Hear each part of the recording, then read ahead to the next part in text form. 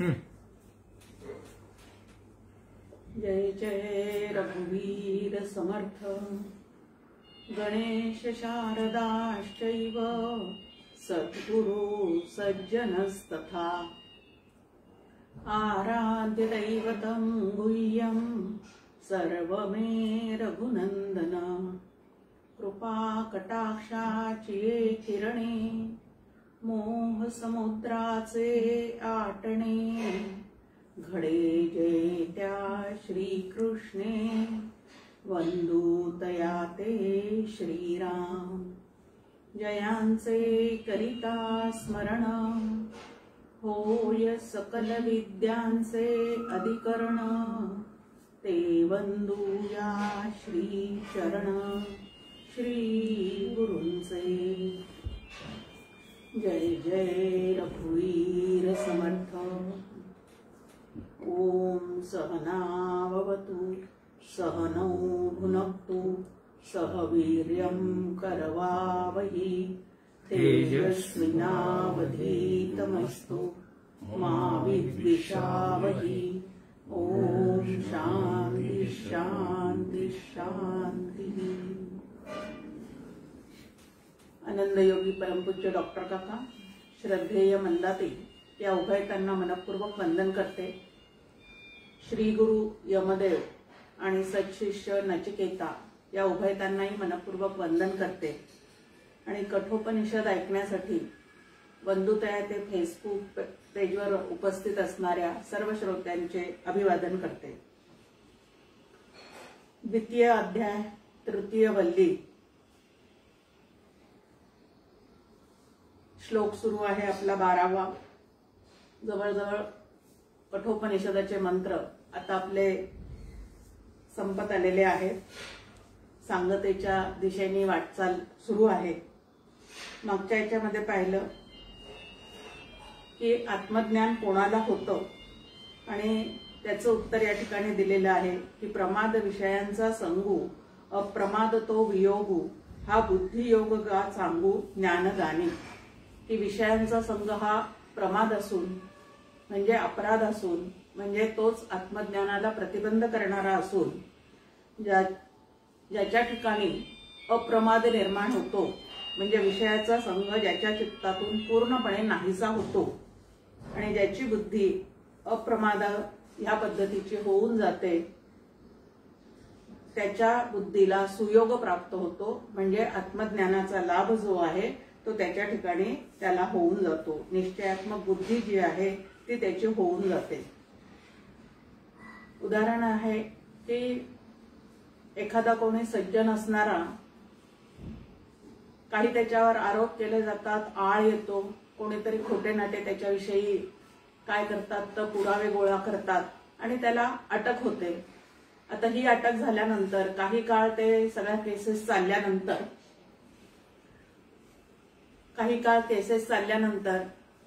मग त्या ठिकाणी त्याच्यावरचे सगळे आरोप जे आहेत ते खोटे आहेत असं त्या ठिकाणी निश्चित होतं आणि त्या व्यक्तीची निर्दोष सुटका होते। आता अशी आपल्या बुद्धीची निर्दोष सुटका झाल्यानंतर म्हणजे एकही प्रमाद तिच्या ठिकाणी शिल्लक न राहिल्यानंतर काय होते त्या बुद्धीची तर निर्दोष सुटका होते आणि ज्याच्या बुद्धीची अशी निर्दोष सुटका होते ती बुद्धी जी आहे ती आत्मज्ञानासाठी कशी आहे तर अत्यंत उपयुक्त आहे, लाभदायी आहे। अशा बुद्धीला आत्मतत्वाचा योग होतो म्हणजे बुद्धी निश्चय आत्मज्ञान की त्या बुद्धीला निश्चयात्मक बुद्धीची प्राप्ती होते आणि सत्वगुण पूर्णपणे वर आल्यामुळे त्या ठिकाणी मीच आत्मा आहे या पद्धतीचा निश्चय जो आहे तो त्याच्या शुद्ध बुद्धीला होऊन जातो। आता इंद्रियाशिवाय आत्मा कसा कळतो असा प्रश्न या ठिकाणी नचिकेताने निर्माण केलेला आहे की जो वाणीने मनाने डोळ्याने प्राप्त होत नाही म्हणजे 9 प्रमाणांना ज्याचं ज्ञान होऊ शकत नाही असा जो आत्मा आहे तो कोणत्या प्रकाराने आणि कसा उपलब्ध होतो। वास्तविक पाहता तेच निरूपण आतापर्यंत सगळं चाललेलं आहे तरी सुद्धा अत्यंत सूक्ष्म तत्व असल्यामुळे त्याला गवसणी घालण्यासाठी काय पद्धतीचा विचार केला पाहिजे ते वारंवार वारंवार आपल्या समोर या ठिकाणी मांडणी करणं सुरू आहे. तर त्याचं उत्तर दिलेलं आहे की वाणीने मनाने तो जरी जाणला जाऊ शकत नसला तरी वाणीने मनाने जे जे काही तुम्हाला आम्हाला जाणवत चाललेलं आहे ते कशाच्या सत्तेवर जाणवत आहे. काहीतरी असल्याशिवाय काहीतरी दिसत नाही. हा काय आहे तर नियम आहे. भासाच्या मागे जेव्हा तुम्हाला आम्हाला कशाचा तरी भास होतो त्यावेळेला त्याच्या मागे काहीतरी एक कारण असतंच. मग ते नेमकं कोणतं आहे, ते तत्व कोणतं आहे ते पाहण्याचा प्रयत्न करणं. शंकराचार्यांचं एक आपल्या समोर सांगणं आहे की नाम रूप कर्म द्वारेन ब्रह्म निर्दिश्यते. की जिथं जिथं नामरूपाचा अनुभव आपल्याला सुरू आहे, जिथं जिथं आपल्याकडनं कर्म करत असताना घडत असताना दिसत आहे, तेव्हा त्याच्या हालचाली मागे नेमकं काय आहे. काहीतरी असलंच पाहिजे ना, कुठलं तरी तत्व असलंच पाहिजे, त्याच्याशिवाय ते होऊ शकत नाही. आणि म्हणून त्याचा विचार जो आहे तो आपल्याला करावा लागतो. आता संसार जो आहे तो तुम्हाला आम्हाला या ठिकाणी स्पष्ट काय होतो तो प्रतीतीला येतो. म्हणजे डोळ्याने कानाने तो जो आहे मनाने तो तुम्हाला आम्हाला आपल्या समोर स्पष्ट झाल्यासारखा दिसतो आहे. आता काहीच नसतं तर काहीच झालं नसतं, हे एक त्याचं उत्तर आहे की मागे काहीच नसतं तर काहीच झालं नसतं. पण अभाव ज्याचा आहे, जिथं शून्य आहे त्या शून्यापासून कशाचीच कोठेही निर्मिती होऊ शकत नाही. मग ज्या अर्थी हे काहीतरी सगळं झालेलं दिसतंय त्या अर्थी त्याच्या मागे चैतन्य नावाचं तत्व असलंच पाहिजे. आणि असा विचार करत करत आपल्याला तिथं पोचावं लागतं की जग जे आहे हे हा ही ह्या पद्धतीने जे तुमच्या आमच्या अनुभवाला येत चाललेलं आहे त्याच्या मागे नक्की सत नावाचं तत्व असलंच पाहिजे. उदाहरण दिलेलं आहे की ज्या अर्थी आपल्याला घट दिसतो, रांजण दिसतं, सुगडं दिसतं, त्या अर्थी त्याच्या मागे कारण त्याचं जे आहे ते माती असलीच पाहिजे. जेव्हा जेव्हा आपल्याला अलंकार दिसतात तेव्हा त्याच्या मागे सोनं असलंच पाहिजे. जिथं जिथं कपडा म्हणून आपल्याला काही समोर दिसतं, वस्त्र म्हणून काही दिसतं, तेव्हा त्या वस्त्राच्या मागे सुद्धा काय असला पाहिजे तर धागा असलाच पाहिजे. हे जसं आहे त्याप्रमाणे इथं समजून घ्यावं लागतं. परी मानवा जे जे कळे ते मनबुद्धीसी आकळे तीच हरपे ध्यान मिळे ज्ञान कैसे. पण आपल्याला जे कळत चाललेलं आहे ते सर्व मनाने व बुद्धीने कळते. मग ध्यान काळी ती बुद्धीच नाहीशी होते असं आपल्याला सांगितलं जातं की ती बुद्धी लीन झाली पाहिजे. मग ती लीन झाल्यानंतर नेमकं ते ज्ञान कसं होतं तर परतोनी पाठीमोरा ठाके अंतःकरण वृत्ती पूर्णपणे मागे वळल्यानंतर ती जेव्हा चैतन्याशी तद्रूप होऊन जाते म्हणजे त्याला आत्माकार किंवा नामाकार होऊन राहते असं म्हटलं जातं. मग असे आत्माकार आणि नामाकार झाल्यानंतर त्या ठिकाणी नेमकं काय होतं तर आत्म्याला ज्ञान होतं का चिदाभासाला ज्ञान होतं तर चिदाभासाला ज्ञान होतं असं त्या ठिकाणी काय आहे सांगण्याची पद्धत आहे. तीच बुद्धी ध्यान काळी नाहीशी होते. नाहीशी होते म्हणजे काय होतं तर ती दृश्य जगताकडे पूर्णपणे काय झालेली असते तर तिने पाठ फिरवलेली असते आणि सूक्ष्माचा विचार करत करत ती ध्यानकाळी आत्माकार किंवा नामाकार होऊन राहते. आणि अशी ती राहिल्यानंतर जे काही होतं ते वेळी जे का होय तया नाम आत्मसुख असं ज्ञानेश्वर माऊलींनी आपल्याला उत्तर दिलेलं आहे. मग आता त्याचा शोध घ्यायचा असेल प्रश्न काय आहे तर 5 ज्ञानेंद्रियांना जे जाणवत नाही ते तत्व ओळखायचं कसं. मग त्याचं उत्तर दिलेलं आहे. फार प्रसिद्ध मंत्र या ठिकाणी आहे. अस्तित्वे वोपलब्धव्य तत्वभावेन चोभयोः अस्तित्वे वोपलब्धस्य तत्वभाव प्रसिद्धती. की तो आत्मा आहे अशा निश्चयाने जाणून घेतला पाहिजे. म्हणजे या ठिकाणी श्रद्धा असलीच पाहिजे. शास्त्रावर, श्री गुरूंवर आणि संत वचनावर श्रद्धा असेल. आता श्रद्धा शब्दाच्या अर्थातच काय छटा दडलेली आहे तर बुद्धीचा सत्याविषयी झालेला निश्चय त्याला श्रद्धा असं म्हणतात. आता ते शास्त्रात सांगितलं तसंच आहे. म्हणजे बुद्धीचे दोष जर गेले असतील वरच आपण पाहिलं की बुद्धी निर्दोष झाली असेल म्हणजे अप्रमाद झाली असेल तर त्या ठिकाणी तिला ते ज्ञान होऊ शकतं. मग तो आत्मा आहे अशा निश्चयाने जाणून घेतला पाहिजे. व तसेच त्याला तत्वरूपाने जाणले पाहिजे। या दोन प्रकारांनी जाणणाऱ्यापैकी त्याला जो आहे अशा प्रकाराने समजतो त्याला तत्वभावात्मक आत्मा आपण होऊन समोर येतो। आता हा जर निरवयव आहे, अरूप आहे, तो समोर येतो म्हणजे काय होतं? नेमकं तो समोर येतो म्हणजे नेमकं काय होतं? तर सहा अहम असं विश्वासपूर्वक, श्रद्धापूर्वक, निश्चयाने ज्याची साधना चाललेली आहे आणि ती साधना सुद्धा अत्यंत प्रामाणिकपणे ज्याची चाललेली आहे त्याच्या ठिकाणी अहम ब्रह्मास्मीचा बोध होऊन जातो। सहा अहम म्हणता म्हणता अहम ब्रह्मास्मी असं त्याच्या ठिकाणी काय होऊन जातो? तो बोध होऊन जातो। आता पहा, कुठलीही गोष्ट आहे म्हणण्यामध्ये आनंदाचं काय आहे? तर आनंद त्या ठिकाणी निर्माण होतो आणि एखादी गोष्ट नाही म्हटलं की दुःख त्या ठिकाणी आमच्या ठिकाणी निर्माण होतं। आता एखादा पदार्थ आपल्याला घरात करायला सांगितला घरातल्या माणसांनी आणि आपण म्हटलं त्यांना खाण्याची इच्छा झालेली आहे आणि आपण त्यांना जे खायचं आहे तो पदार्थ घरात नाही असं जर गृहिणींनी सांगितलं तर त्या ठिकाणी नक्की काय होऊन जातं? तर दुःखाची त्या ठिकाणी निर्मिती होऊन जाते।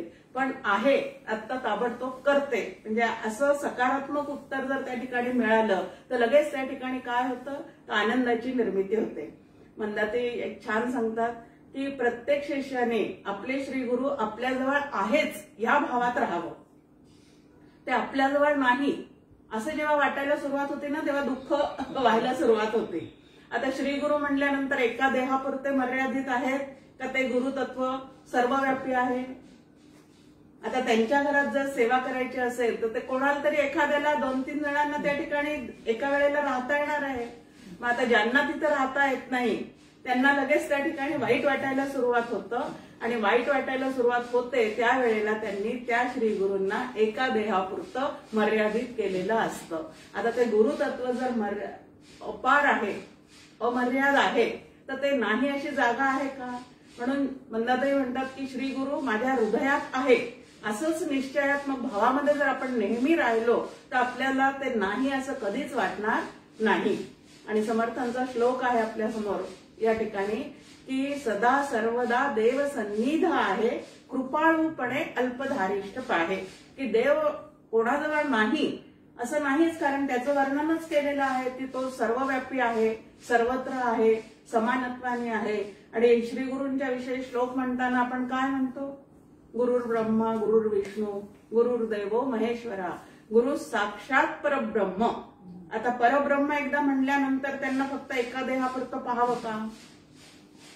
मग ते सर्वत्र सदा समत्वाने आहेत। आणि या जगातली कुठलीही वस्तू बघा, मंदाताई म्हणतात की कोणी जर एखादा घरी आला भेटायला तर समजा वकील आहेत घरामध्ये आणि त्यांना भेटायला कोणीतरी त्यांचा कोण आलेला आहे तर तो अशील आलेला आहे आणि घरात ते आहेत म्हटलं की त्याला आनंद होतो आणि घरात ते नाहीत म्हटलं की त्याला काय होतं? दवाखान्यात आपण गेलो डॉक्टर आलेले नाहीत म्हटलं की त्या ठिकाणी काय होतं? दुःख व्हायला सुरुवात होते। आपण गेल्या गेल्या ते आहे असं म्हणलं की त्या तर म्हणतात मंदाते की नाहीत म्हणण्यामध्ये सुद्धा नाही आहेत असं आपण म्हटलेलं असतं। नाही असं आपण जेव्हा एक य पुढे लावतो तेव्हा नाही म्हणजे काय? नाही आहेत। मग प्रत्येक या दृश्य जगतामध्ये ती वस्तू आहेच आहे असा भाव ठेवायचा, कारण ब्रह्म नावाचं तत्व सर्वत्र सदा समत्वाने आहे। ते रूपवान जरी नसलं तरी प्रत्येक रूपवान पदार्थाच्या मागे ते जे तत्व आहे ते आहेच आहे। जगामध्ये ब्रह्म दिसे उघडे असा कोणाच्या ठिकाणी अनुभव आहे? तर संतांच्या ठिकाणी तो अनुभव आहे। ज्या ज्या स्थळी हे मन जाय माझे त्या त्या स्थळी हे निज रूप तुझे। मग जिथं जिथं आपलं मन जातं तिथं तिथं ते ब्रह्म नावाचं तत्व म्हणजेच गुरुतत्व जे आहे ते असतंच असतं। फक्त त्याचा शोध घेण्याचा, सूक्ष्मत्वाने शोध घेण्याचा संस्कार जो आहे तो तुमच्या आमच्या बुद्धीवर नक्की झाला पाहिजे। आणि ह्या पद्धतीने ते तत्व आहेच। आता देव आहेच म्हणून आम्ही त्याची पूजा करतो। आता काही जण म्हणतात मग आहे तर तुमचा देव दाखवा, कारण देवाचं स्वरूपच त्यांना माहिती नसतं। मग नास्तिक लोक त्याच्यावरून काय करतात? पण प्रश्न असा आहे की नास्तिक लोक जो वाद घालतात तो आहे की नाही, तो कोणाच्या सत्तेवर चाललेला आहे?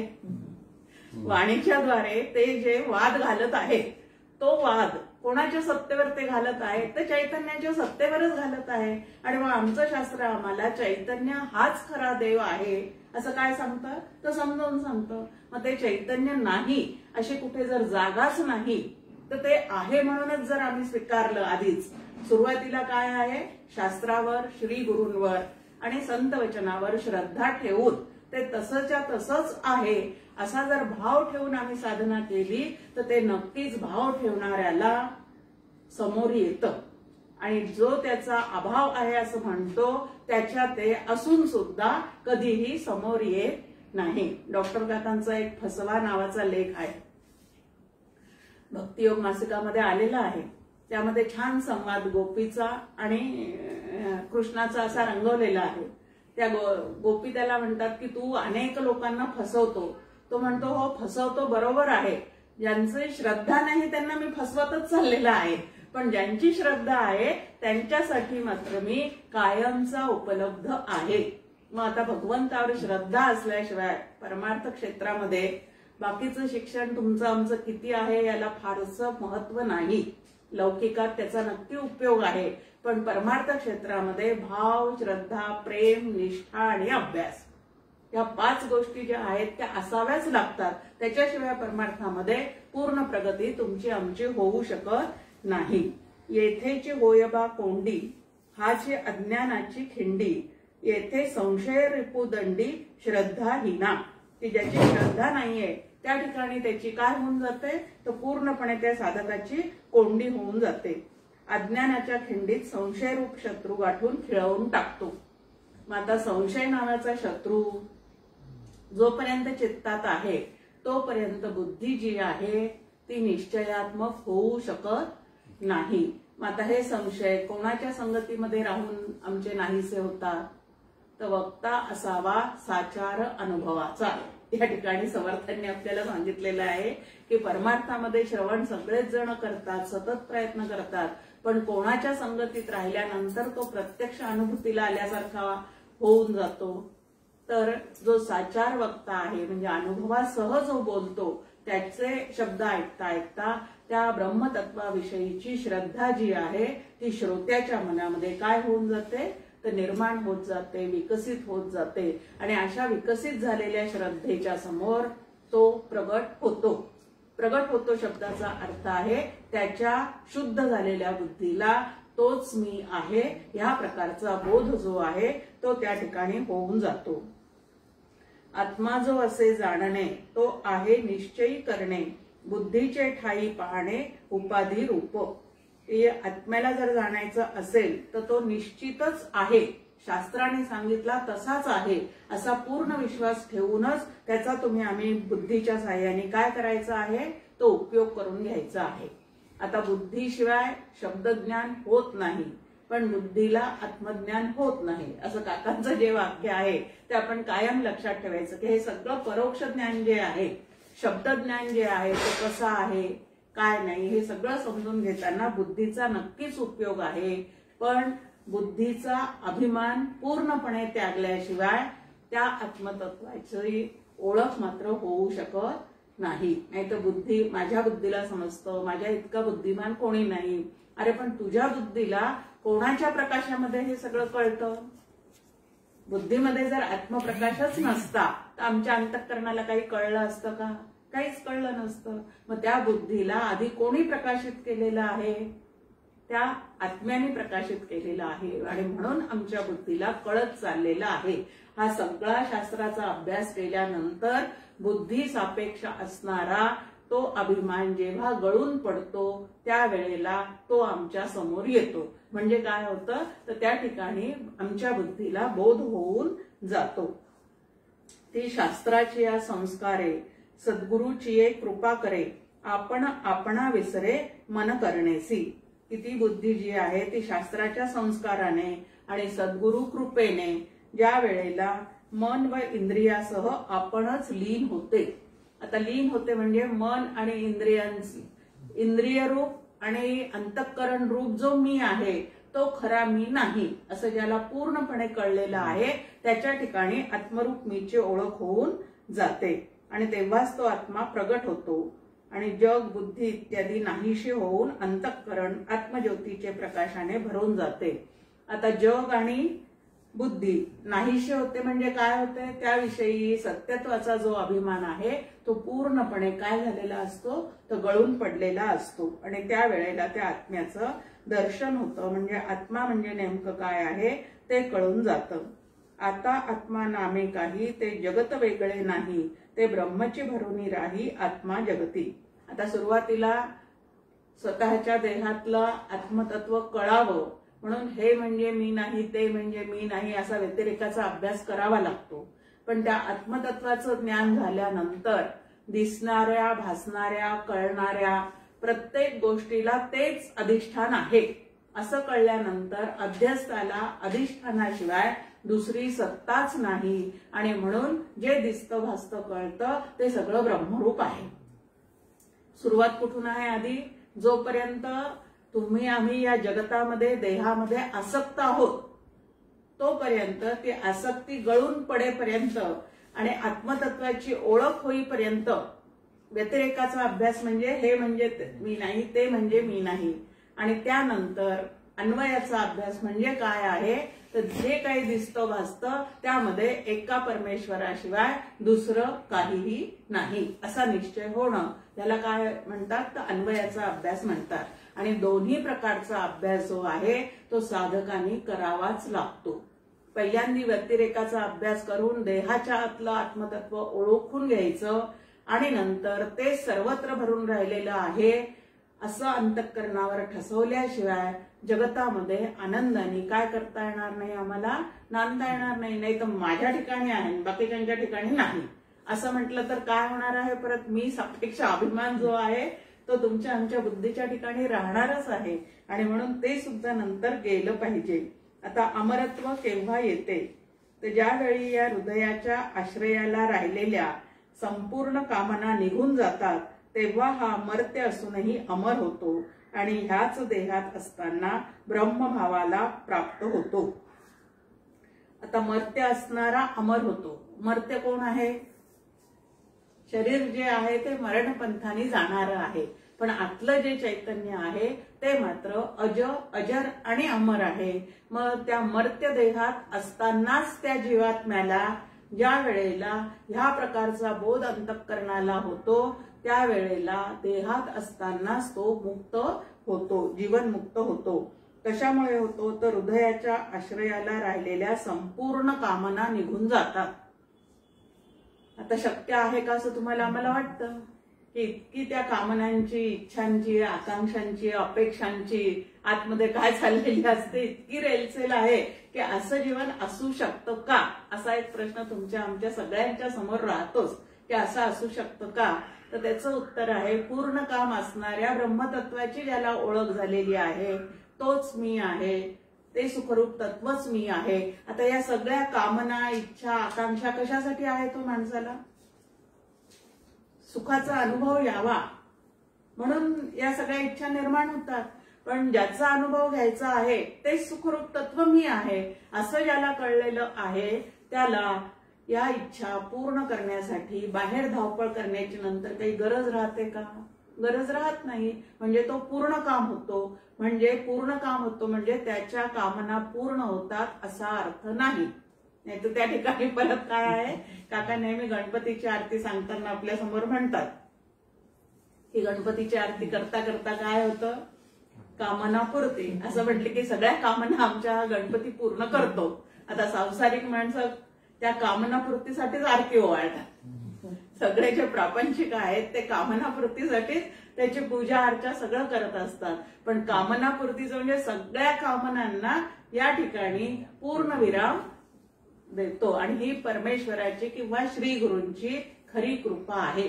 आपल्या अंतःकरणातील पूर्ण कामना ज्या ठिकाणी शमल्या जातात पूर्ण होतात असा अर्थ नाही. तर पूर्ण काम तत्वच मी आहे असं कळल्यामुळे तो वासना शून्य होतो, निर्वासन होतो. त्यावेळेला त्याच्या हृदयामध्ये आनंदाचाच त्याला अनुभव येतो. देहात असतानाच तो काय होतो तर ब्रह्मभावाला प्राप्त होतो. म्हणजे त्याला द्वैताचा अनुभवच नाही. नाही तर जग म्हणून काहीतरी वेगळं आहे, जीव म्हणून मी काहीतरी वेगळा आहे आणि जीवानी जगतातले भोग घेत घेतच जीवन पूर्ण करायचं असतं. ह्या पद्धतीचं जे द्वैत आहे ते त्याच्या चित्तामध्ये आता शिल्लकच राहत नाही. परी बुद्धीची आत्मा जया कामना दुःख ते तया जै अध्यास जाई विलया दुःखही नुरे.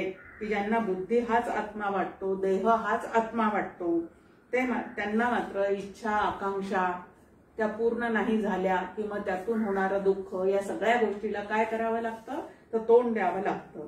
पण मी बुद्धी नसून मी आत्मा आहे म्हणजे देहे बुद्धीचं रूपांतर पूर्ण आत्मबुद्धीत झाल्यानंतर या दुःखांना सुद्धा पूर्ण विराम मिळतो. दुःख नाही ओखदा एवढे असं संतांचे अभंग आहेत आणि तुमच्या आमच्या जीवनामध्ये आनंद नाही ओखदा एवढा या पद्धतीचं सगळं चाललेलं आहे. मग अविद्या कामना कर्म हे सगळं काय आहे तर हेच तुम्हाला आम्हाला जन्म मरणाच्या फेऱ्यामध्ये अडकवणार आहे.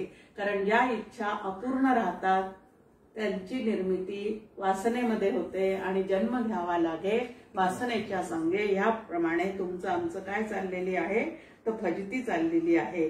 आणि म्हणून देहात असतानाच वासना पूर्ण करण्याच्या नादी न लागता त्या वासनाच नाहीशा करण्याचं काम करणे ह्याला परमार्थ साधना असं म्हणतात. हे आपण लक्षात इथं घेता येतं. जे अविद्या जाई विरोनी कामना जाई पळोनी कर्म ते राहे मिळवणी देह संगे. की ज्याच्या ठिकाणी अविद्येचा नाश झाला सगळ्या इच्छा. आता अविद्येचा नाश होणं म्हणजे नेमकं काय आहे, अविद्येचा परिणाम काय आहे तर जे मी नाही ते मी आहे असं सारखं स्फुरण आमच्या आतमध्ये निर्माण करून देणं हे अविद्येचं काम आहे. मी आत्मा असून सुद्धा मी देह आहे प्राण आहे या पद्धतीने सारखं स्फुरण निर्माण करून देणं हे कोणाचं काम आहे तर अविद्येचं काम आहे. आणि संपूर्ण ज्ञानेश्वरीचा अभ्यास किंवा सद्ग्रंथाचा अभ्यास झाल्यानंतर नेमकं काय घडलं पाहिजे हे सांगणारी एक सुंदर ओवी ज्ञानेश्वरीतली आपल्या समोर आहे. येथ अविद्या नाश हे स्थळ मोक्षोपादान हे फळ ही दोहीसी केवळ कारण ज्ञान. की संपूर्ण अविद्येचा छेद त्या ठिकाणी अविद्येला छेद जाणं हे साधनेचं खरं फळ आहे. समर्थही आपल्याला म्हणतात झाले साधनेचे फळ संसार झाला सफळ निर्गुण ब्रह्म ते निश्चळ अंतरी बिंबले. ते निर्गुण परब्रह्म जे आहे तेच मी आहे अशा निश्चयापर्यंत ज्या वेळेला साधक पोचतो त्यावेळेला त्याच्या चिदाभासाला मी ब्रह्मरूप आहे असं ज्ञान जे आहे ते झालेलं असतं. की कामना जाई पळोनी आणि नंतर अविद्याही निघून गेली, अंतःकरणातल्या सगळ्या कामनाही निघून गेल्या तरी प्रारब्ध असेपर्यंत त्या जीवनमुक्ताचा देह जो आहे तो त्या ठिकाणी राहतोच. त्याला अविद्येचा लेश असं म्हणतात. आणि तो त्या ठिकाणी राहिल्यानंतर त्याच्याकडून जे काही कर्म घडत राहतात त्या कर्माचा लेप मात्र त्या जीवनमुक्ताला अजिबात लागत नाही. कारण जीवभावातून त्यांनी ते कर्म केलेलेच नसतात. तर प्रकृतीचं कार्य करते आहे, गुण गुणांप्रमाणे वर्तन करत आहेत. या पद्धतीने त्याच्याकडे तो साक्षी भावाने पाहत असल्यामुळे त्या कर्मांचा लेप जो आहे तो त्याला अजिबात लागत नाही. आभासा आत्मा कळे तैची बुद्धी देहादी गळे पाठी जयामी आकळे जै नचिकेता. की ज्या वेळेला चिदाभासाला आत्मज्ञान होतं त्यावेळेला देहाचे तादात्म्य बुद्धीशी असणारं तादात्म्य हे त्याच्या चित्तातून पार नाहीसं होतं. म्हणजे देह लगेच त्याचा पडतो असं अजिबात नाही. नाही तर ह्या पद्धतीने सुद्धा साधना करणारे घाबरत राहतात की अरे आम्हाला ते पूर्ण ब्रह्माचं ज्ञान झालं तर त्याच क्षणी किंवा कुठं कुठं काही काही वाचलेलं असतं की जेव्हा सतत आत्मानुसंधानात राहतो तो 21 दिवसाच्या वर जगत नाही. ह्या पद्धतीने कुठंतरी काहीतरी वाचलेलं असतं आणि मग तेच भ्रम आमच्या डोक्यात की अरे त्याच्यापेक्षा ते नकोच. कारण जगण्याची इच्छा ज्याची आहे तो ह्या पद्धतीचा अभ्यास मग नंतर करू शकत नाही. देह शोधून पाहता लिंग देह न ये हाता मम दूत येतसे परता मोकळ्या हाती. यमदेव या ठिकाणी म्हणतात की देहात असतानाच ज्याची बुद्धी निश्चयात्मक झालेली आहे आणि मीच ब्रह्म आहे हा निश्चय ज्याच्या बुद्धीवर पूर्णपणे काय झालेला आहे तर त्या बुद्धीला पूर्णपणे झालेला आहे. निसंशय ज्ञान त्याला म्हणतात. बोध होणं म्हणजे काय? यत्किंचितही मग संशय चित्तामध्ये शिल्लक राहत नाही. असं निसंशय ज्ञान ज्याला झालेलं आहे त्याच्या ठिकाणचा जो प्राणवायू आहे तो म्हणजे त्याला अध्यात्मवायू असं म्हणतात. तो अध्यात्मवायू सूत्रवायूमध्ये काय होऊन जातो? मिसळून जातो. नाहीतर म्हणतात की त्याचा लिंगदेह जो आहे, ज्याच्या वासना शिल्लक राहिलेल्या आहे, त्याचा लिंगदेह दुसरा देह धारण करण्यासाठी निघून जातो. असं आपल्या समोर भगवद्गीतेत सांगितलेलं आहे की लिंगदेह जो आहे पण याचा लिंगदेह शिल्लक राहत नाही. आता लिंगदेहालाच वासनादेह, सूक्ष्मदेह या पद्धतीचे पर्यायी शब्द सुद्धा आहेत. मग लिंगदेह न ये हाता. मग यमदेवाच्या हातामध्ये कुठला देह जातो? स्थूल देह जो आहे तो नातेवाईक इथंच जातात. स्थूल देह जो आहे त्याला अग्नी दिला जातो आणि सूक्ष्म देह जो आहे तो जर शिल्लक राहिलेला असेल तर यमदेवाच्या हातामध्ये तो सापडतो आणि त्यांनी केलेल्या कर्माप्रमाणे मग त्याला पुढची गती देण्याचं काम जे आहे ते यमदेव त्या ठिकाणी करतात. मग आता यमदेवांची काही चूक आहे का? एखाद्याचा लिंगदेह त्यांच्या हातात सापडला तर चूक कोणाची आहे? आम्हीच वासनेमध्ये अडकलेले आहोत. आणि मग माझे दूत सगळे मोकळ्या हाताने म्हणजे जीवनमुक्ताला ते घ्यायला जर गेले तर त्यांना तो लिंगदेह अजिबात सापडत नाही आणि ते मोकळ्या हाताने येतात असं इथे या ठिकाणी यमदेव म्हणतात. की जेव्हा या जीवाच्या हृदयाच्या सर्व ग्रंथीचा छेद होतो त्यावेळी तो मरणधर्मा जीव अमर म्हणजे ब्रह्म होतो. बस संपूर्ण वेदांत शास्त्राची हीच आज्ञा आहे, हाच घोष आहे, हेच सांगणं आहे. काय सांगणं आहे? तर देहात असतानाच लिंगदेह ज्ञानाग्नीने भस्म करा. लिंगदेह ज्ञानाग्नीने भस्म करा हीच आज्ञा आहे. आता स्थूल देहाला तर कोणीतरी अग्नी देणारच आहे, पण स्थूल देह असतानाच जर आम्ही ज्ञानाग्नीने लिंगदेह जाळून टाकलेला असेल तर त्या ठिकाणी यमदूतांचं काही सुद्धा काम शिल्लक राहत नाही. जीवाच्या हृदयाच्या सर्व ग्रंथीचा छेद होतो. आता इथं ग्रंथी शब्दाचा अर्थ आहे गाठी. आणि त्या गाठी काय झाल्या पाहिजे? 3 प्रकारच्या गाठी आपल्याला सारख्या सांगण्यात येतात. एक देह तादात्म्य, दुसरं जगत सत्यत्व आणि तिसरं कर्तृत्व भोक्तृत्व. या 3 गोष्टी म्हणजे या 3 कल्पना ह्याच तुमच्या आमच्या हृदयातल्या 3 ग्रंथी आहेत आणि ह्या 3 ग्रंथीचं छेदन करण्याचं काम करणं ह्याला साधना असं म्हणतात. आता ती साधनेची पद्धत श्री गुरु सांगणार आहेत. साधनेची पद्धत शास्त्र आम्हाला समजून सांगणार आहे, पण प्रत्यक्षात त्या कल्पनेला छेद देण्याचं काम कोणी करायचं आहे? जे श्री गुरूंकडनं ऐकलेले विचार आहेत त्याचा नेमका उपयोग अशा वेळेला त्या ठिकाणी करावा लागतो आणि तो करण्यामध्ये जो साधक कमी पडतो त्याला मात्र असं वाटत राहतं की 15-20 वर्ष झाले हे सगळं चालू आहे पण अजून काही फळ नाही. मग आता ही चूक श्री गुरूंची आहे का आमची आहे? म्हणून काका सारखं म्हणतात की शिष्याची खूप मोठी जबाबदारी आहे आणि ती जबाबदारी जो ओळखून त्याप्रमाणे साधना करत नाही तो थोडासा अनुग्रह घेऊन पुण्य जमा करतो, पण पुढची वाटचाल जी आहे ती मात्र त्याची व्यवस्थित होत नाही.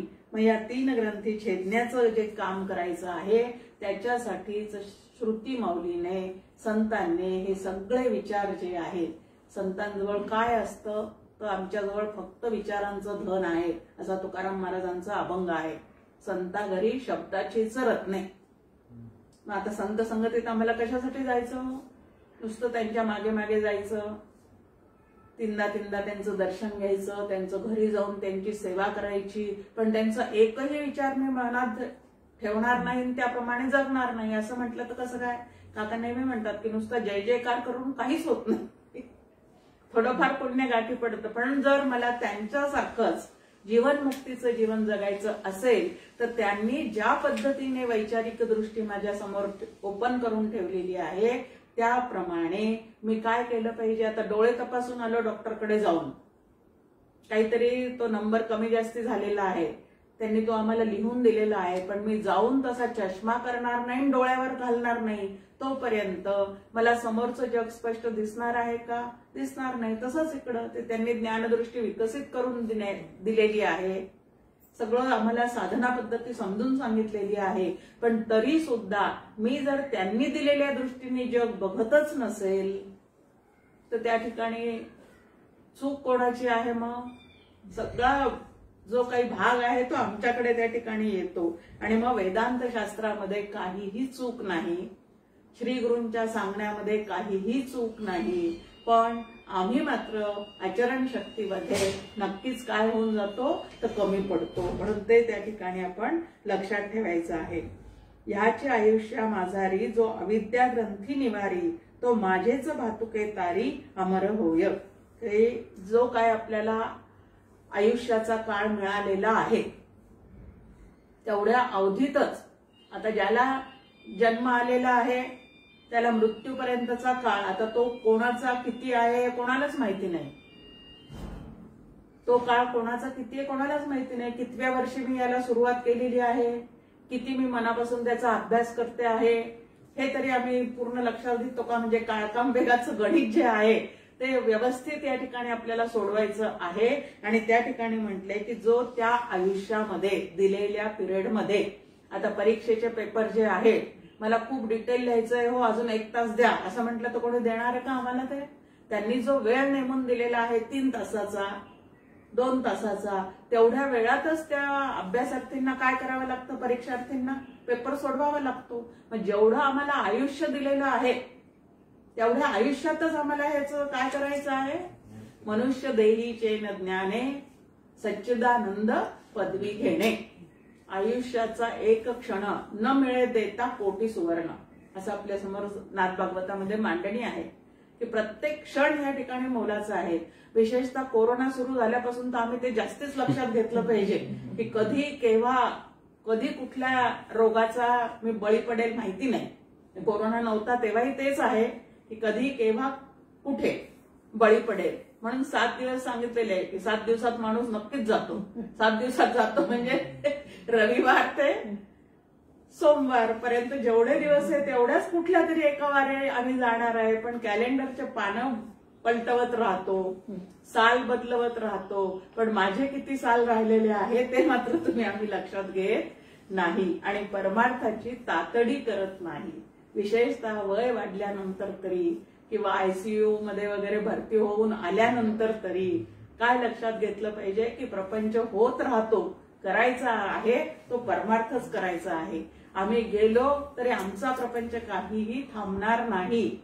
आमचे मुलं त्यांना पाहिजे त्या पद्धतीने जीवन जगत ते काय करणार आहे तर सुखी होण्याचा प्रयत्न प्रत्येक जीव करतच राहतो. पण मी जर केला नाही तर माझा परमार्थ मात्र राहतो. परमार्थ नावाची गोष्ट अशी आहे की ती मात्र ज्याची त्यांनीच करावी लागते आणि ती जर केली नाही तर तो त्या ठिकाणी राहतोच. इथं म्हटलेलं आहे की आयुष्यामध्ये या अविद्या ग्रंथी तोडतो तो माझा देहापुरता बळी असला, म्हणजे देह जरी त्याचा मरणपंथाने जाणारा असला. आता सगळ्यांचेच देह गेलेले आपण पाहतो. समर्थांचा एक पूर्ण समासच आहे मृत्यू निरूपण मध्ये. त्यात त्यांनी सांगितलेलं आहे चक्रवर्ती गेले, गान साम्राज्ञी गेली. आता आपण पाहिलं हे मृत्यू म्हणतो का की तिचा आवाज गोड आहे म्हणून तिला राहू दे कायमचं? अजिबात नाही. कोणी कुठल्याही पदावर जरी असला, कोणी कितीही मोठा कलाकार असला, कोणी राजा जरी असला तरी सुद्धा श्रीमंत असू दे दरिद्री असू दे सगळ्यांना काय घेऊन जाण्याचं काम, त्या वेळेला घेऊन जाण्याचं काम तो नक्की करतच असतो. मग ती वेळ माझ्यावर येण्यापूर्वी, आणि म्हणूनच आपल्याला सारखं म्हणतात की वर्तमान काळाचं सार्थक करा. मन जे आहे ते भूतकाळात किंवा भविष्य काळामध्ये इकडं तिकडं न जाऊ देता वर्तमान काळामध्ये त्याच क्षणी मी ब्रह्मरूप होऊ शकतो. मग देह जो आहे तो त्या ठिकाणी बळी पडतो. आणि दुसरा त्याचा अर्थ तो माझा देहापुरता बळी असला तरी अमर होतो. आणि एक अभंग आहे तुकाराम महाराजांचा, घेसी तेव्हा देसी ऐसा तू उदार. देहात असतानाच तो आमचा घेऊन टाकतो. काय घेऊन टाकतो? जीवभाव घेऊन टाकतो. देव जीव घेत नाही, देव जीवभाव घेतो. एक लक्षात घ्यायचं आहे की तो जीवभाव घेतो. जीव घेत नाही. जीव घेण्याची भाषा सामान्य लोकांची आहे. मग भगवंत काय घेतो तर जीवभाव घेतो. जितकं त्याचं अनुसंधान आपण जास्ती टिकवू तितका जीवभाव जो आहे तो आपला कमी कमी होत जातो. आणि हा जीवभाव पूर्णपणे कमी झाल्याशिवाय ब्रह्मभाव जो आहे म्हणजे ब्रह्मरूप असूनही मी ब्रह्म आहे हा जो भाव आहे तो होण्यासाठी जीवदशेतून जीवाने आधी काय करावं लागतं तर बाहेर पडण्याचा प्रयत्न करावा लागतो. आणि हीच वेदांताची आज्ञा असून तीच बुद्धीत ठसवावी. हीच वेदांताची आज्ञा तेणेची भरावी प्रज्ञा. प्रज्ञा म्हणजे बुद्धी. आमची बुद्धी त्यांनीच भरावी. पण ती नको त्या गोष्टींनी किती भरलेली आहे. किती ठिकाणी आम्ही त्या बुद्धीला काय केलेलं आहे तर पाठवून दिलेलं आहे. जेणे जीवस्वरूप आज्ञा ब्रह्मत्व येईल. की अविद्याग्रस्त जीवाला ब्रह्मरूप जर व्हायचं असेल तर त्यांनी आपली बुद्धी श्री गुरूंकडे आणि श्रुती माऊलीकडे गहाण ठेवली पाहिजे. आता गहाण ठेवली पाहिजे म्हणजे ते जे सांगतील त्या पद्धतीनेच बुद्धीने विचार करायला आम्ही शिकलं पाहिजे. जर तसं शिकलं नाही, श्रवण भरपूर केलेलं आहे पण ते उपयोगात आणलं नाही, नो द सिस्टीम नंतर यूज द सिस्टीमची जबाबदारी कोणाची आहे? नो द सिस्टीमची जबाबदारी श्रुती माऊली आणि श्री गुरु संत यांची आहे. ते अगदी कोणी माझं ऐको न ऐको पण ठरलेलं जे काय आहे सांगण्याचं काम संप्रदायपूर्वक ते करण्याचं काम ते चोखपणे करतात. पण शिष्य जे आहे ते मात्र हे बुद्धीवर बिंबवून घेण्याच्या कामामध्ये कमी पडतात. एक तर सत्वगुण सारखा वर ठेवण्याचं काम तुम्हाला आम्हाला प्रापंचिकांना साधतच नाही. आणि मग त्या ठिकाणी ते बुद्धीचं जे काय आहे ती प्रज्ञा जी आहे ती तुम्हाला आम्हाला या ठिकाणी शुद्ध आणि स्वच्छ ठेवता येत नाही. आणि त्यामुळेच अविद्याग्रस्त जीव ब्रह्मरूप होतो. केव्हा ब्रह्मरूप होतो तो? ज्या वेळेला त्याच्या बुद्धीवर श्री गुरूंच्या विचारांचे आणि श्रुती माऊलीच्या विचारांचे संस्कार जे आहेत ते संस्कार पूर्णपणे ठसले जातात. त्यावेळेला तो ब्रह्मरूप होतो. आणि कधी आठवलं कधी निसटलं असं जर सारखं चाललेलं असेल तर त्या ठिकाणी ते होऊ शकत नाही. आता अग्निविद्येचं फळ वास्तविक आता आत्मज्ञानाचं एवढं वर्णन केल्यानंतर अग्निविद्येचं फळ सांगायचं काय कारण आहे? पण ह्या उपनिषदामध्ये नचिकेताला अग्निविद्येबद्दल सुद्धा काय दिलेली आहे या ठिकाणी तर त्याला त्याचं पूर्ण वर्म समजून सांगितलेलं आहे. आणि म्हणून त्या पद्धतीचं सुद्धा या ठिकाणी एक श्लोक आलेला आहे की आपल्या हृदयाला 101 नाड्या असतात. त्यातील एक सुषुम्ना ब्रह्मरंध्राचा भेद करून सूर्यमंडलापर्यंत गेली आहे. तिच्या वाटेने वरच्या दिशेने जाणारा पुरुष अमर होतो. बाकीच्या निरनिराळ्या नाड्या वाटे जाणारा जो आहे तो पुनर्जन्म मिळवतो. आता एवढ्या काय आहेत आमच्या आतमध्ये तर 101 नाड्या आहेत या पद्धतीची माहिती. आता खरंच कोणी पोस्टमार्टम करून हे शोधून काढणार आहे का तर त्या पद्धतीचा इथं भाग नाही. पण एक बसवलेली एक त्या ठिकाणी प्रक्रिया आहे की हृदयात तेवढ्या नाड्या असतात आणि त्यामध्ये एक नाडी अत्यंत श्रेष्ठ आहे त्याला सुषुम्ना नाडी असं म्हणतात. आणि ती ब्रह्मरंध्राकडे नेणारी आहे. म्हणजे ब्रह्मलोकी तो साधक जातो ज्याचा प्राण त्या वाटे बाहेर पडतो. आणि प्रलय होईपर्यंत तो त्या ब्रह्मदेवाच्या ठिकाणीच राहतो. आणि ब्रह्मदेवाच्या योग्यतेने राहून शेवटी त्याच्या बरोबर म्हणजे ब्रह्मदेवाला जेव्हा मोक्ष मिळतो तेव्हा त्या साधकाला सुद्धा मोक्ष मिळतो. शेखी अंगुली त्याची धरी मोक्ष मार्गी आणि ज्या नाड्यावरती तयांची धरी जो गती तया येणे पडे मागुती जन्म मरणी. पण त्या नाडीने आपला प्राण म्हणजे त्या नाडीने प्राणोत्क्रमण न होता इतर अवयवातून ज्या वेळेला प्राण बाहेर पडतो त्यावेळेला ते मात्र जन्म मरण भोगतच राहतात. आता खरं तर देहात असताना ज्याला आत्मबुद्धी निश्चयात्मक झालेली आहे म्हणजे निर्गुण परब्रह्म अंतरी पूर्ण बिंबलेला आहे त्याचा देह कसाही पडला कुठेही पडला आणि कुठल्याही अवयवातून त्याचं जरी प्राणोत्क्रमण झालं तरी सुद्धा तो नंतरही विदेह मुक्तच असतो. आधी जीवन मुक्त आणि देह पडल्यानंतर सुद्धा तो विदेह मुक्तच असतो. समर्थांनी फार छान पद्धतीने त्याचं वर्णन केलं की मग त्याचा देह कुत्र्याने खाल्ला काय कीटकांनी तो भरून राहिला काय म्हणून तो जीवात्मा जो आहे तो परत आला असं मात्र होत नाही. तर ज्ञानी कुठेही कसाही जरी पडला, तुकाराम महाराजांची एक शिष्या बहिणाबाई म्हणून तिचा एक अभंग फार सुंदर आहे आणि ती म्हणते, मरणकाळी जर मरणोन्मुख प्रपंचाकडे आमची अंतःकरण वृत्ती झुकलेली असेल, मरणासन्न स्थितीमध्ये आमच्या अंतःकरणामध्ये जर प्रापंचिक विषयांचा भर असेल आणि त्या स्थितीत जर आमचं मरण आलेलं असेल तर आम्ही दक्षियान मार्गाने गेलेले आहोत. म्हणजे पुनरपि जननम पुनरपि मरणम त्या ठिकाणी चालूच राहणार आहे. पण मरणासन्न अवस्थेमध्येही अंतःकरण वृत्ती पारमार्थिक विचारांनी भारलेली असेल तर कुठूनही प्राण जाऊ दे, पण तरी उत्तरायण त्यालाच म्हटलेलं आहे आणि तो काय होऊन जातो, तो ब्रह्मरूपच होऊन जातो. मग जो हृदय ग्रंथी तोडून सर्व नाड्या भेदून राहतो तो कारण देहालाच नाहीसा करून जीवन मुक्त होतो. इथं कारण देहाला नाहीसा करतो म्हणजे त्याचं अज्ञानच नाहीसं होतं. चित्तातलं जे आत्मस्वरूपाविषयीचं अज्ञान आहे त्या अज्ञान देहात असतानाच त्यांनी पूर्णपणे छेदलं असल्यामुळे तो काय असतो तर कसाही कुठल्याही अवयवातून त्याचा प्राण जाऊ दे तरी तो ब्रह्मरूपच झालेला असतो. त्यामुळे आता ते मरणकाळी दुसरं तिसरं काही इथून माझा प्राण बाहेर पडला पाहिजे असं जरी कशाला, त्याच्यापेक्षा देवाचं नाव चित्तामध्ये त्यावेळेला राहायला पाहिजे किंवा आत्मानुसंधान त्यावेळेला टिकवण्याचा प्रयत्न केला पाहिजे. आता 17वा 18वा श्लोक जो आहे तो उपसंहाराचा आपल्या समोर आहे. अंतरात्मा असलेला अंगुष्ठ मात्र पुरुष सर्वदा हृदय प्रदेशात राहतो. फार महत्वाचं आहे की भगवंत नावाचं तत्व, देव नावाचं तत्व हे आमच्या संस्कृतीमध्ये हृदयात आहे अशीच सतत मांडणी आहे. आकाशात आहे, या दिशेला आहे, त्या दिशेला आहे असं अजिबात नाही. सर्व दिशा व्यापून आहे, पण त्याचा शोध घ्यायचा असेल तर हृदयात घ्या. म्हणजे अंतःकरण जे आहे त्या अंतःकरणातच त्या भगवंताचं दर्शन घेण्याचं सामर्थ्य आहे. फक्त त्या अंतःकरणाला काय केलं पाहिजे, तो सुसंस्कारित केलं पाहिजे. मनबुद्धीला सुसंस्कारित केलं पाहिजे. मन वाचातीत तुझे हे स्वरूप म्हणून या माप भक्ती केली.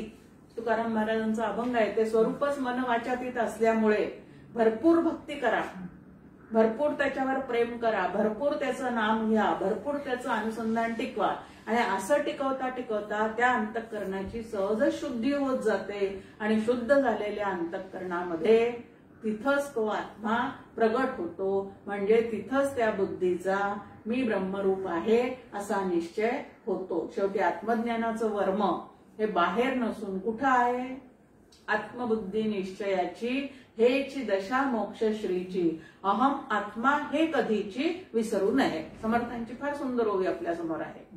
आणि हा समर्थ म्हणतात हा अभ्यास कसा, आता अभ्यासाचा मुकुटमणी वृत्ती राहावी निर्गुणी. की खूप शिबिरं अटेंड केले, खूप वह्या नोट्स काढून भरवल्या, खूप सीडी ऐकवल्या, पण ते ब्रह्म मी आहे ह्याचं जर कधी स्मरणच नसेल चित्ताला तर या बाकीच्या गोष्टीचा उपयोगच काय आहे. त्याच्यापेक्षा एक ग्रंथ एक संत असं पक्क धरून ठेवावं, त्यांनी दिलेले विचार सतत आत्मसात करून घ्यावेत आणि तसं करून घेतलं की तो परमार्थ जो आहे ते अगदी सोपा आहे. थोडे आहे चित्त सहाय्य झाली या. आणि त्या चित्ताची जर आम्हाला साथ नसेल, आता परमार्थामध्ये नेमकी साथ कोणाची पाहिजे. आपण म्हणतो नाही हो आम्हाला करायचंय, पण घरातल्यांची साथ नाही. आता घरातले सगळे व्यक्ती मला अनुकूल व्हावेत, बाहेरची परिस्थिती सुद्धा पूर्ण मला अनुकूल व्हावी आणि मग माझा परमार्थ सिद्ध व्हावा. त्याला दिवा स्वप्न असं म्हणतात. दिवा स्वप्न म्हणजे काय, स्वप्न पाहतो आहे पण ते कधीच पूर्ण होणार नाही. पण तुकाराम महाराज आपल्याला म्हणतात थोडे आहे चित्त सहाय्य झाली या. की तुमचं चित्त तुम्हाला सहाय्यभूत झालं तर परमार्थ अगदी थोडा आहे. हा मार्ग अवघड आहे असं वाटणाऱ्यांना समर्थ सांगतात की अगदी सुगम आहे, पण संतांची भेट झाली तर अगदी सुगम आहे, अगदी अवघड काही नाहीये याच्यामध्ये. पण केव्हा अवघड नाहीये तो, जेव्हा संतांची भेट होईल तेव्हा, त्या संतांवर आमचा भाव असेल तेव्हा, त्यांनी सांगितलेले विचार आत्मसात करण्याचा सतत आमचा प्रयत्न चाललेला असेल तेव्हा. नाही तर डॉक्टर काका नेहमी म्हणतात शिष्यांचे अनेक प्रकार आहेत. काही प्रतिष्ठेचे असतात म्हणजे मिरवणारे असतात, स्वतःची प्रतिष्ठा जपत जपत सगळं काही करणारे असतात, काही शोभेचे असतात, करायचं काहीच नाही पण मी खूप मोठा साधक आहे असं दाखवणारे असतात, काही नुसतेच सेवेचे असतात. काका म्हणतात की सेवा भरपूर करतात पण तत्वज्ञानाचा अभ्यास करणार नाही, ध्यानाला बसणार नाही. या पद्धतीचं त्यांचं काय असतं की मला ते जमतच नाही असं म्हणत राहिलं. असं न करता जेवढं जेवढं आपल्याला श्री गुरु सांगतात, शिकवतात ते सगळं करत राहण्याचा जो प्रयत्न करतो तो हळूहळू त्यांच्याच आशीर्वादाने, त्यांच्याच कृपेने तिथपर्यंत जाऊन पोहोचतो. पण या असं टंगळमंगळ करणारा नाही, सगुणातच रमेल, निर्गुणाचं बिलकुल काय करणार नाही, अनुसंधान टिकवणार नाही. काही जण म्हणतात निर्गुणाचाच फक्त ध्यास घेईल, त्या सगुणाला अजिबात काही करणार नाही. पण सगळे संत आपल्या समोर मार्गदर्शन करतात की सगुणाच्या संगतीने निर्गुणापर्यंत सोप्या पद्धतीने जाता येतं. सगुणाचे नि आधारे निर्गुण पाविजे निर्धारे, सारा सार विचारे. पुढे आहे नाही तर सगुण निर्गुण शब्द ऐकतो तिथेच थांबतो, पण पुढे काय, सारा सार विचारे संत संगे. सगुण म्हणजे काय, निर्गुण म्हणजे काय, सार म्हणजे काय, असार म्हणजे काय, सारभूत असणारी गोष्ट मी अंगीकारली तर त्याचं फळ काय आहे, आजपर्यंत असार असणाऱ्या गोष्टीत मी रमत चाललेली आहे तर त्याची फळं मी काय भोगती आहे, कशात नेमकं शाश्वत सुख मिळणार आहे, हे सगळं संतांच्या ठिकाणी बसून समजून घ्या. आणि असं जेव्हा संत संगतीत बसून याचा सतत विचार आम्ही करतो आणि तो तिथल्या तिथं सोडून न देता, महत्वाचं काय आहे की संतांनी दिलेले विचार त्याच सभेमध्ये सोडून न देता अंतःकरणामध्ये बाळगून ज्या वेळेला आम्ही आमचं जीवन जगतो त्यावेळेला आत्मज्ञान हे काय आहे तर तळ हातावर ठेवलेल्या आवळ्याप्रमाणे श्री गुरु करून देतात. प्रत्येक साधकाला ते तसंच देतात. पण साधक जे आहेत ते मात्र जर टंगळमंगळ करत असतील, आणि कशामध्ये टंगळमंगळ, विचार करण्यामध्ये, शास्त्रशुद्ध विचार करण्यामध्ये जर त्यांची गल्लत होत असेल तर त्या ठिकाणी दोष कोणाचा आहे तर आमचाच आहे. तो हृदय प्रदेशात राहतो, कोमल तंतूप्रमाणे त्याला धैर्याने शरीराबाहेर काढावे. आता बघा नेहमी आपल्या समोर उदाहरण आहे ते म्हणजे दुधात लोणी असतंच, पण त्यातलं लोणी बाहेर काढताना काही प्रक्रिया कराव्या लागतात ना. अगदी लगेच त्यातून लोणी काढता येतं का आपल्याला, ते त्यात नाही असं आहे का. जर तिथं ते नसतं तर निघालंच नसतं.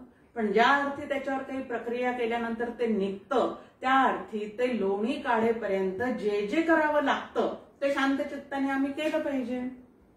साय व्यवस्थित साठवली पाहिजे. साय व्यवस्थित साठवण्यासाठी आधी दुधावरची साय वाया घालवून उपयोगाची नाही, खाऊन उपयोगाची नाही. किती गोष्टी त्याच्या मागे आहेत. बरं ते ताक हलवताना सुद्धा, म्हणजे दही घुसळताना सुद्धा घाईने त्यात पाणी घातलं तर लोणी निघतच नाही, नुसता फेसच फेस राहतो. मग त्या ठिकाणी घाई चालत नाही. या सगळ्या गोष्टी लक्षात ठेवून की दुधातलं लोणी बाहेर काढताना मंथुनी नवनीता तैसे घे अनंता, तो कुठं आहे तर हृदयस्थच आहे. प्रत्येकाच्या हृदयात आहे. जेवढा सज्जनांच्या हृदयात आहे तेवढाच दुर्जनांच्या हृदयात आहे. जेवढा सुष्टांच्या हृदयात आहे तेवढाच दुष्टांच्या हृदयामध्ये आहे. जेवढ्या पुरुषांच्या हृदयामध्ये आहे तेवढाच भगिनींच्या हृदयामध्ये सुद्धा तो आहे. तो नाही असं कुठंच नाही. बालांच्या हृदयात आहे, तरुणांच्या हृदयात आहे, त्यानंतर वार्धक्य प्राप्त झालेल्यांच्या हृदयात आहे. सर्वांच्या हृदयात तो भगवंत आहेच आहे. फक्त त्याला शोधण्यासाठी, तोच मी आहे ह्या भावावर आरूढ होण्यासाठी जे काही करावं लागतं ते शांत चित्ताने, घिसाडघाई न करता करण्याचा प्रयत्न जो आहे तो तुम्ही आम्ही केला पाहिजे. कोमल तंतूप्रमाणे त्याला धैर्याने बाहेर काढावा. ते मुंजा नावाचं एक गवत सांगतात त्याला दृष्टांत म्हणून. त्या गवताचं हे शोधताना ते हळूहळू एक एक एक बाहेर करावं लागतं. काका अजून सोपं आपल्याला त्याच्यातलं सांगतात. ते म्हणतात केळाच्या आतला गाभा आपल्याला खायचा असेल तर 4 साली काढून टाकल्याशिवाय आतला गर आपल्याला खाता येणार आहे का. आंब्याचा रस घ्यायचा असेल तर वरची साल आतली कोय टाकून दिल्याशिवाय तो रस आपल्याला मिळणार आहे का. उसाचा रस प्यायचा असेल तर चवट्या ज्या आहेत त्या टाकून दिल्याशिवाय आपल्याला तो रस मिळणार आहे का. त्या पद्धतीने दृश्य जगतातली आसक्ती टाकून दिल्याशिवाय, बुद्धीतले सगळे भ्रम टाकून दिल्याशिवाय सर्व भ्रमातून या बुद्धीला बाहेर काढल्याशिवाय तुम्हाला आम्हाला तो आत्मा सापडणार आहे का? म्हणून शांत चित्ताने श्री गुरूंनी दिलेली साधना विचार करत करत आपण तो काय करावा तर धैर्याने बाहेर काढावा. आता शरीराने धैर्य म्हणजे चार असणाऱ्या देहापासून मी अलिप्त आहे असा विचार करत करत आत्म्यापर्यंत पोहोचता आलं पाहिजे. देहाच्या निरासे पाविजे त्या ठाया, की देहात्मबुद्धी तसंच ठेवून मी आत्म्याचं दर्शन घेईन असं जर कोणाला वाटलं तर ते कदापिही शक्य नाही. मग त्या आत्मतत्वाची ओळख करून घ्यायची असेल तर तो या दिसणाऱ्या शरीरासारखा नाही, जाणवणाऱ्या अंतःकरणासारखा नाही, घन अज्ञानासारखा नाही, होणाऱ्या ज्ञानासारखा नाही. असे महाद्वार ओलांडावे तेव्हा देवदर्शन घ्यावे ही समर्थांची भाषा. आणि देहाच्या निरासे पाविजे त्या ठाया ही तुकाराम महाराजांची भाषा. दोघेही जण सांगतात का एकच आहे. आपण व्यवहारात पाहतो की मंदिरात ज्या वेळेला दर्शनाला जातो बाहेरचं एक गेट आहे, मग आवार आहे, मग आतमध्ये गेल्यानंतर एक चौथरा आहे, त्या पायऱ्या चढून तिथपर्यंत जातो, मग एक दरवाजा, मग गाभाऱ्यात ती मूर्ती. मग तिथपर्यंत जायचं असेल तर काय करावं लागतं? आधीचा एवढा प्रवास जो आहे तो करत करत मागे टाकावा लागतो. तसं तो शुद्ध व अमृतरूप आहे असे जाणावे.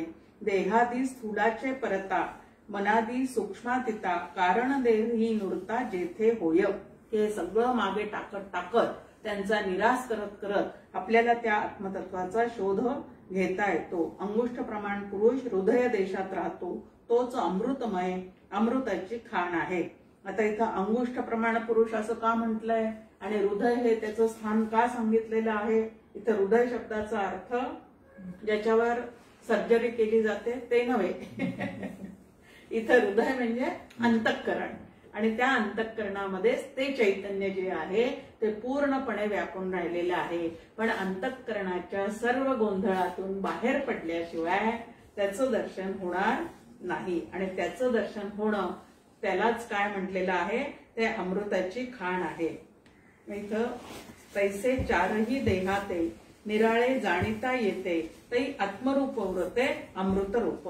हे चार देह म्हणजे मी नाही असा अभ्यास करत करत त्या आत्मतत्वाला नक्की जाणता येतं. मग आता त्याच्यासाठी पंचकरणाचा अभ्यास आणि महावाक्याचा अभ्यास दोन्ही अभ्यास आपल्याला दिलेले आहेत. पंचकरणाचा अभ्यास कशासाठी करायचा आहे?